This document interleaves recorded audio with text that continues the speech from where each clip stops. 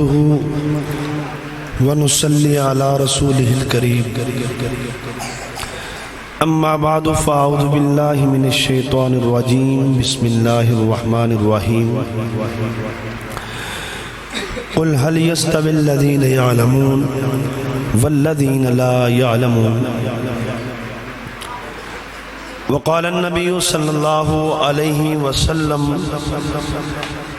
العلم نور او كما قال عليه الصلاة والسلام صدق رسوله النبي الكريم یا ربی صلی وسلم دائما ابدا علی حبیبک خیر الخلق کلہم. تمامی حضرات ایک مرتبہ درود پاک پڑھ لیں.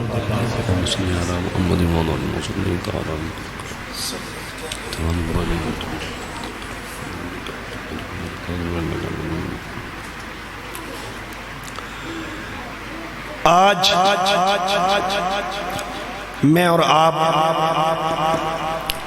32ویں سالانہ انٹرنیشنل موومنٹ ختم نبوت کے زیر اہتمام ختم نبوت کورس کے اختتامی دعا میں اپنی نجات کا ذریعہ سمجھتے ہوئے حاضر ہیں. دعا ہے پروردگار عالم سے اللہ تعالی ہماری اس حاضری کو ہماری بخشش کا ذریعہ بنائے. اور میں ان نوجوانوں سے ان طالب علموں سے ایک دو گزارش کروں گا، بیان کا وقت بھی نہیں، اور یہ ہمارے مہمان تشریف فرما ہے، وہ آپ سے مخاطب ہوں گے. طلباء کرام سے ایک دو گزارش کروں گا کہ جو اللہ نے آپ کو مقام دیا ہے اس مقام کا کوئی مقابلہ نہیں کر سکتا.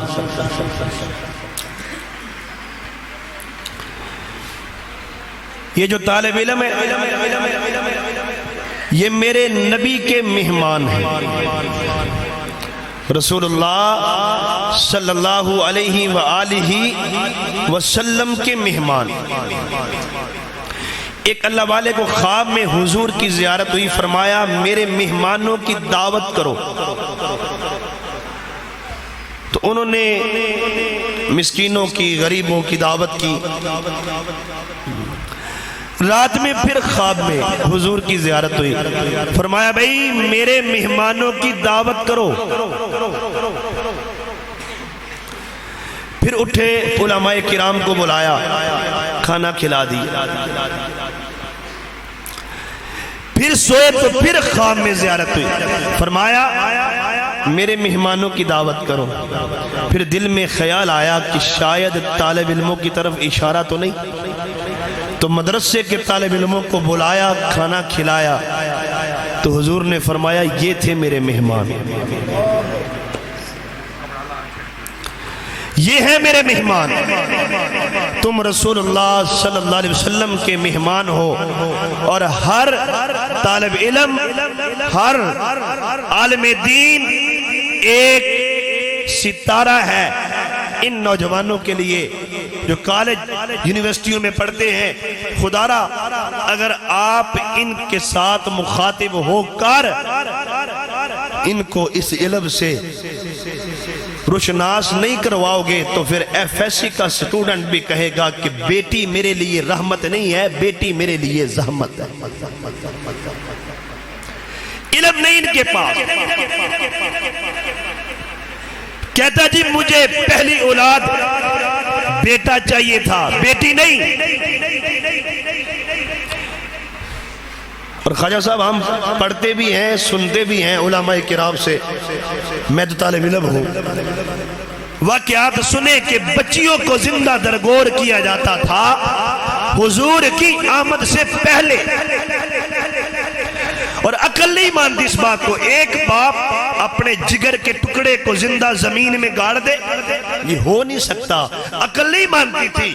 لیکن جب سے اس بدبخت نے یہ کام کیا ہے، ایک ننھی کلی کے سینے پہ 5 گولیاں چلا کے بتا دیا کہ حضور کے آنے کے بعد پہلے کے حالات تو یہ تھے، لیکن اب جہالت اتنی ہو چکی ہے، اب جہالت اتنی بڑھ چکی ہے، صرف اور صرف علم سے ناواقفی کی وجہ سے، حضور کے علوم نبوت کے ناواقفی کی وجہ سے، کہ ہمیں بیٹی بالکل پسند نہیں، ہمیں تو بیٹا چاہیے۔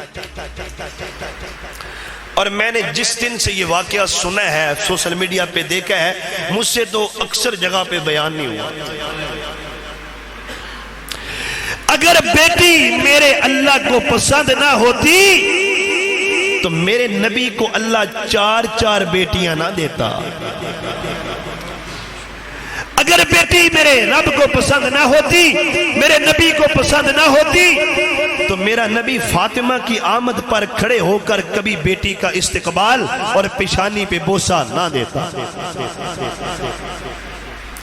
یہ ناواقف لوگ ہیں بیچارے،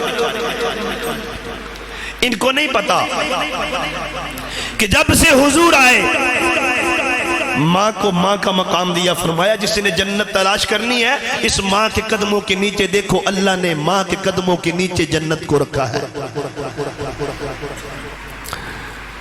فرمایا جس نے بیٹی کا مقام سمجھنا ہے حضور سے پوچھو۔ حضور نے فرمایا جس کا مفہوم ہے، فرمایا جس کو اللہ نے 2 بیٹیاں دی، اچھی طرح تربیت کی، دیکھ بھال کی، اور اس کے ساتھ اس کی شادی کی، نکاح کیا، کل قیامت کے دن میرے ساتھ ایسے ہوگا یہ جیسے 2 انگلیاں ساتھ ساتھ ہیں۔ میرے کہنے کا مقصد یہ ہے، ان کو بتائے گا کون؟ آپ لوگ، جن کے پاس علوم نبوت موجود ہیں، وہ ان کو بتائیں گے بھائی جس بیٹی کو تو زحمت سمجھتا ہے، وہ زحمت نہیں، صرف تیرے لیے نہیں بلکہ تیرے سارے گھرانے کے لیے رحمت بن کے آئی ہے۔ اور جس کو تو بوجھ سمجھتا ہے، یہ بوجھ نہیں، یہ بیٹی تیرے اوپر جتنے بوجھ سارے اتار کے سائیڈ پہ رکھ دے گی۔ اور جس کو تو ذلت کا سبب سمجھتا ہے، یہ ذلت کا سبب نہیں، یہ تیری عزت کا سبب بنے گی۔ اور جس کو تو نفرت کرتا ہے، تجھے اپنے بیٹے سے پیار ہے، تجھے نہیں پتا کہ والدین سے جو پیار بیٹیاں کرتی ہیں بیٹے نہیں کرتے۔ باوجود اس کے بابا 4 بھائی دے پہ آخری ساج آ رہے ہیں، وہ لے آؤ پتروں انگوٹھے لگوا لو، میرے کو انگوٹھے لگوا لو۔ کیوں؟ اور باج توڑے نہ لڑن گیا، حصہ منگن گیا۔ بابا تیرے انگوٹھا لگانے سے ایکڑ تو تیرے بیٹے کو چلا جائے گا، لیکن قبر میں تیرا جواب تیری جگہ پہ کون دے گا؟ کون اس سوال کا جواب دے گا؟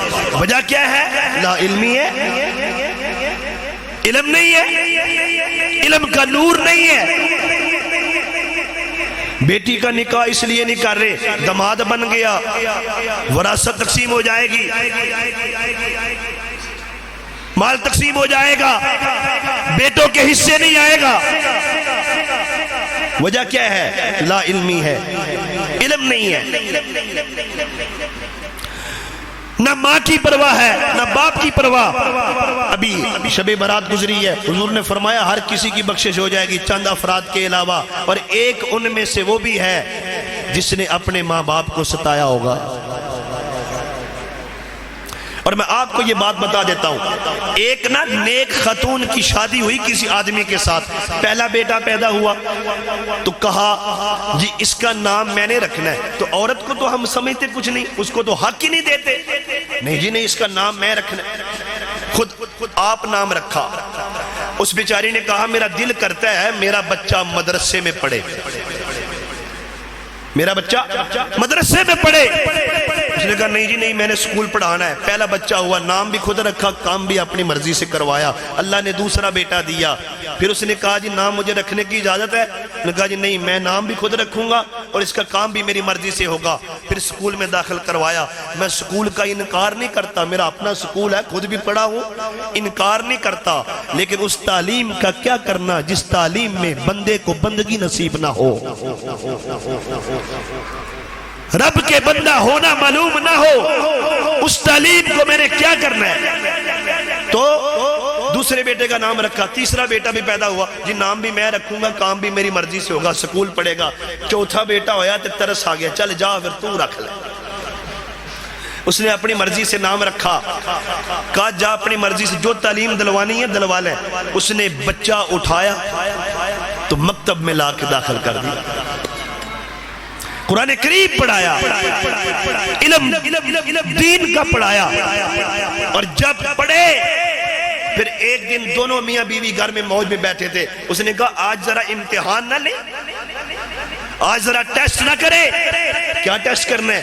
میں ذرا جھوٹی موٹی روتی ہوں اور کہوں گی تمہارے باپ نے مجھے مارا ہے، دیکھوں تو صحیح کون کیا کہتا ہے۔ میں رونا شروع ہو گئی۔ میرا بڑا بیٹا آیا، امی جی کیوں ہے؟ پتر تو آڈے پیو نے مارے ہیں۔ انہیں کہا اچھا اے ہو جی ابے نہ دے بندہ ابا نہ ہی ہوئے تھے بہتر، ایسی بات کہی۔ دوسرا بیٹا آیا، امی جی کیوں ہے؟ تھوڑے باپ نے مارے ہیں۔ اچھا، بڑی دفعہ سمجھایا اپنے ابے کو، سمجھتا ہی نہیں، اس کو پتہ ہی نہیں چلتا کیا کرنا اور کیا نہیں کرنا۔ تیسرا آیا اور باپ چھپا ہوا ہے، ماں سین میں بیٹھی ہے۔ کیا ہوا امی جی؟ تیرے باپ نے مجھے مارا ہے۔ فرمایا اچھا، کہنے لگا ٹھیک ہے میرے باپ نے مارا ہے، آج فیصلہ ہو جائے گا، یا باپ رہے گا یا میں رہوں گا۔ پھر وہ چوتھا آیا، کہہ دو سبحان اللہ۔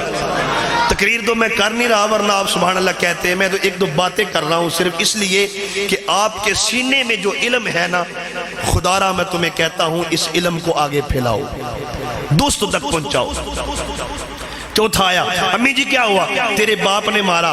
نہ امی جی میرا باپ ایسے نہیں کر سکتا، ضرور آپ سے قبول ہوئی ہوگی، وہ آپ کا معاملہ ہے۔ امی جی میں اس میں کچھ نہیں کر سکتا۔ باپ روتا ہوا باہر آیا اور کہنے لگا واقعی تو ٹھیک کہتی تھی، جو ادب یہ علم سکھاتا ہے وہ علم نہیں سکھاتا۔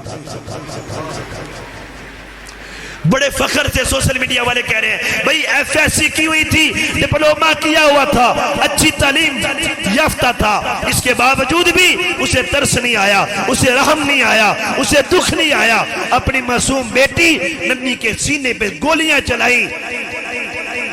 اگر پڑھا ہوتا مدرسے کا، اگر پڑھا ہوتا قرآن سینے میں لے کے بیٹھا ہوتا، اسے پتا ہوتا کہ یہ بیٹیاں ہمارے لیے زحمت نہیں ہے، ہمارے لیے رحمت ہے، خدا کی قسم کبھی بھی ایسا ظلم نہ کرتا، کبھی بھی ایسا ظلم نہ کرتا۔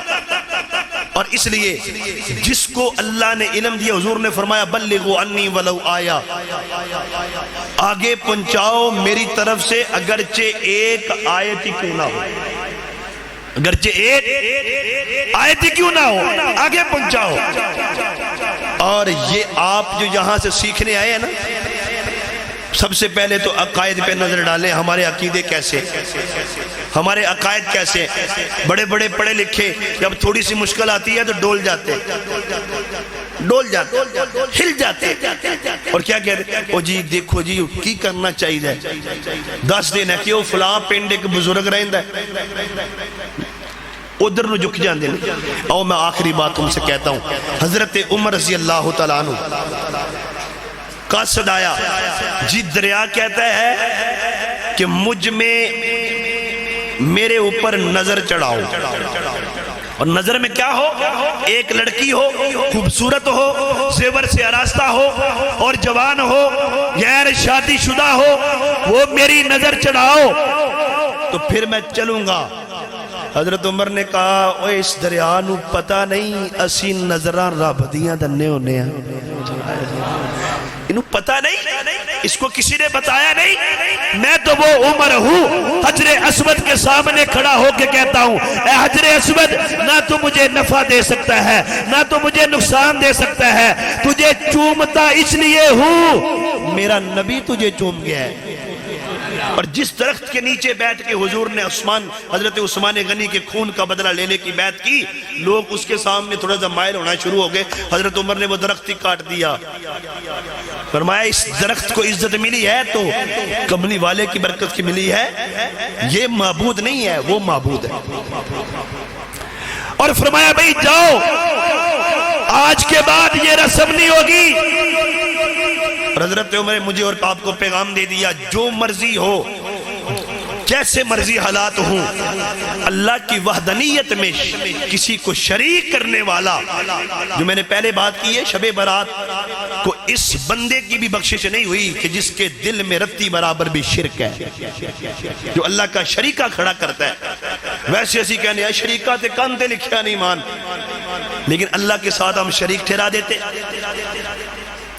فرمایا جاؤ بھائی، لاؤ قلم، لاؤ کاغذ، لکھا بسم اللہ الرحمن الرحیم، اے دریا میں عمر کہتا ہوں، میں عمر کہتا ہوں، اگر رب کی مرضی سے چلنا ہے تو چل، ورنہ چل، ورنہ چل، تیری ضرورت ہی نہیں ہے۔ بس قاصد کہتا ہے حضرت عمر نے مجھے کہا دریا دے وچ کھات سٹ کے تے دوڑ لا دیں، کہ کھلو کے انتظار نہ کرنے لگ پے کہ ہن جواب ملے گا تے جاواں گا۔ قاصد کہتا ہے خدا کی قسم میں نے دریا میں اس طرح خط ڈالا اور میں پوری دوڑ سے باہر بھاگا، اور میں دریا کے کنارے پہ نہیں پہنچا تھا تو میرے یہاں تک پانی جاری ہو چکا تھا۔ ہمارا عقیدہ ہے، اور ہم یہ عقیدہ ایک ایک نوجوان کے سینے تک پہنچائیں کہ بھئی ہمارا رب ایک رب ہے، اور وہ اللہ ہے، مالک بھی وہ ہے، خالق بھی وہ ہے، ہمارا رازق بھی وہ ہے، ہمارا مشکل کشا بھی وہ ہے، ہمارا حاجت روا بھی وہ ہے۔ نبی پہ مشکل آئے ٹالتا خدا ہے، ولی پہ مشکل آئے ٹالتا خدا ہے، اگر کسی اللہ والے پہ مشکل آئے تو بچاتا خدا ہے، نکالتا خدا ہے۔ یہی میرا عقیدہ، یہی تیرا عقیدہ، یہی میری بہن کا عقیدہ، یہی میری ماں کا عقیدہ، کہ بھئی جو ہوتا ہے اللہ سے ہوتا ہے، اللہ کے غیر سے کچھ نہیں ہوتا، جو کرتا ہے رب کرتا ہے، اللہ کے علاوہ کوئی نہیں کرتا۔ اور کیوں اس بات پہ؟ تو میں آج مبارکباد پیش کرتا ہوں ان طالب علموں کو جنہوں نے اس کورس میں حصہ لیا، اللہ ان کا علم ان کو مبارک فرمائے، علماء کرام کی آمد ان کو مبارک فرمائے، اور علماء کرام کی زیارت ہوئی۔ آج مجھ جیسے طالب علم کو بھی آپ کی اس محفل سے مستفید ہونے کی اللہ نے توفیق بخشی، اور میں بھی حاضر ہوا۔ یقیناً علماء کرام کی آپ بیانہ سنیں گے۔ اللہ سے دعا ہے اللہ تعالی ہماری حاضری اپنی بارگاہ میں قبول فرمائے۔ وآخر دعوانا الحمدللہ رب العالمین۔